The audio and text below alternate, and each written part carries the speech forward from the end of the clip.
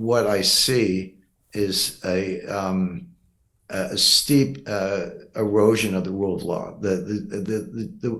And Merrick Garland is as much to blame as Biden. Merrick Garland, it turns out to be a bitter hack. You know, the backstory there was he was nominated for the Supreme Court by Obama, and the Republicans controlled the Senate at the time, and we had a presidential election coming up.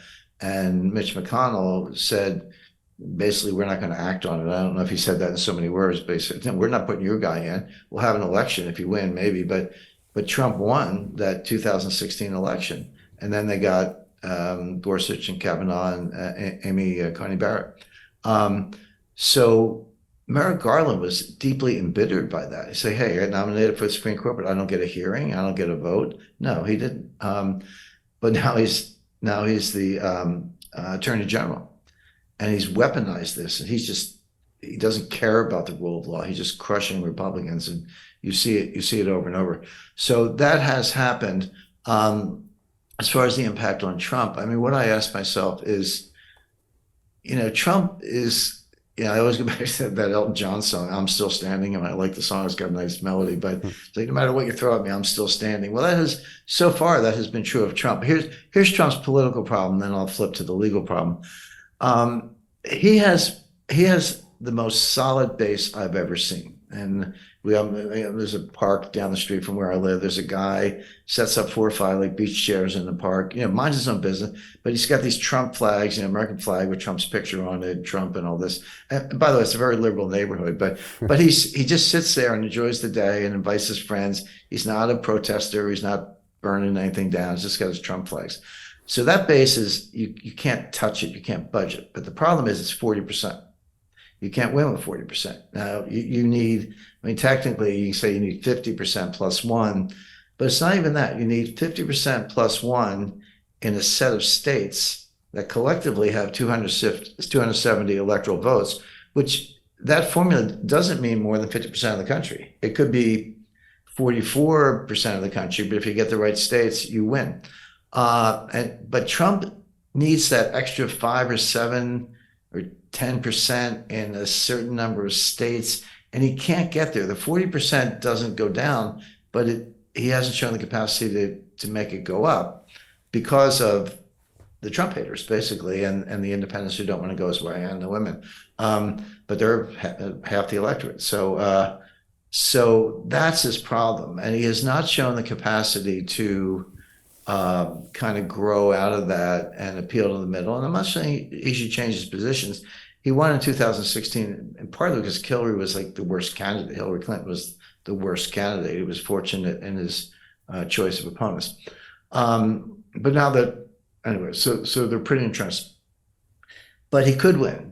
Trump could win against Biden because Biden is so unpopular. But we got these 2 wild cards, Manchin and RFK. We talked about all that. I just want to alert everyone to an important video that you've just recorded that will not be available to the public. Here, you discuss the upcoming geopolitical shockwave of what you call the most significant development in international finance since 1971.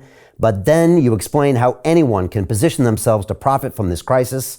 Our viewers can access that video at londonreal.tv/Jim, and I highly recommend that everyone go watch that immediately after our conversation. Let's turn to the legal side. Trump was indicted by a New York County prosecutor on state charges, not federal charges. Okay, so he's awaiting criminal trial. Well, the process has started, but he was arrested and booked, and awaiting criminal trial on that. He was indicted the other day on a host of federal charges, all felony charges. I don't know the exact numbers, like 7 or 8, but they all carry like 7 to 10 year sentences. I mean, in theory, could you get the Madoff treatment, a 100-year sentence? I'd probably only live 10, 20 years, but 100-year sentence, not impossible.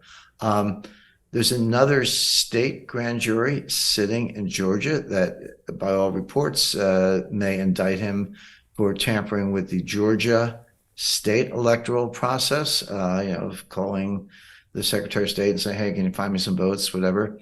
Not that that's never happened before. And then he's also under criminal investigation on the January 6th charges. Now, this indictment that was just handed up By the way, reporters always say indictment was handed down.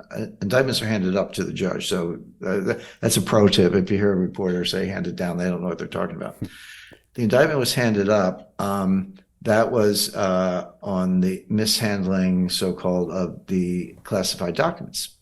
But there's another grand jury sitting on his actions on January 6th.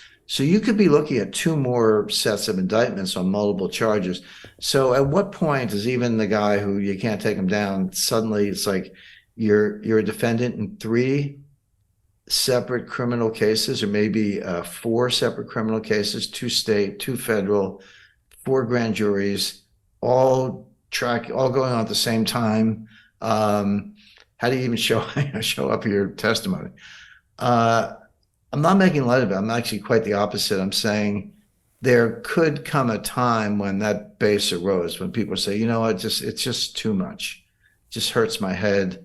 Maybe there's something to it. Of course, that's exactly what the Democrats want. And by the way, the prosecutor in New York and Georgia are Democrats.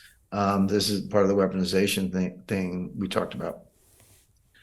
You know, where there's smoke, there's fire. You know, how many, you know, if it's 4 cases, but there's 7 or 8 counts each, like 30, 40 federal and state felony. These are felonies charges.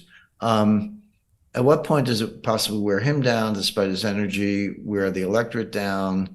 And by the way, they don't want any of these trials over quickly, because what do they want to do? They want to drag him into 2024. So Trump's going to be going around to New Hampshire, Iowa, South Carolina, Pennsylvania, running for president, but he's going to be going around to Georgia, New York, and Washington, and Miami, defending himself against criminal charges. I mean, how does that work? And it is unprecedented, by the way. I'm not saying there's a glib answer, because there's never been anything like it in U.S. history. Hey, it's Brian Rose, founder of the DeFi Academy. I've told you my 4-week crypto bootcamp is amazing, but don't take my word for it. This is what my students are saying. The DeFi Academy was an amazing experience for me. It took me totally out of my comfort zone. In this course, I was challenged, I was held accountable, and pushed to do things that honestly weren't always easy. It's been phenomenal, and I can't believe we're already up on our 4 weeks. It has flown by. Going through this DeFi accelerator by far was one of the best courses I've taken. You do this course, you really get into the nitty-gritty of the activities that will make you comfortable with decentralized finance. Thank you so much to Brian and everyone at London Real and the DeFi Academy for even putting together an amazing course like this. Anybody else that wants to do it, please sign up. It is well worth the money.